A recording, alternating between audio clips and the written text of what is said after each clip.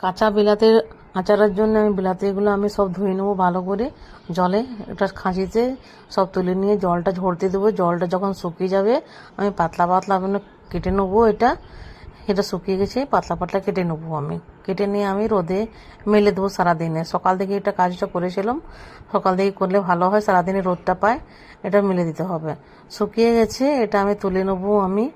এটা শুকিয়ে যাওয়ার পর একটা ঝুড়িতে আমি তুলে নিচ্ছি। দেখুন 250 কেজি বিলাতিটা 250 হয়ে গেছে। এটা আমি মশলাটা ভেজে নিচ্ছি। শুকনো লঙ্কা, মৌরি আর মেথি দিয়ে দিয়েছি। এটা ভালো করে ভেজে নেবো। ভেজে নিয়ে ঠান্ডা করে মিক্সি জারে আমি বেটে নেবো। বেটে নিয়ে একটা গুঁড়ো করে নেবো। আমি একটা পাত্রে তেল দিয়েছি, তেলটা গরম করে ঠান্ডা হয়ে গেছে তেলটা। আচারে মশলাটা দিয়ে দিয়েছি, জোয়ান দিয়েছি, কালো জিরে দিয়ে দিয়েছি। এটা মিক্স করে নেবো। তেলটা এর উপর থেকে দিয়ে দিলাম, ঠান্ডা হয়ে গেছে। মিক্স করে নেবো ভালো করে।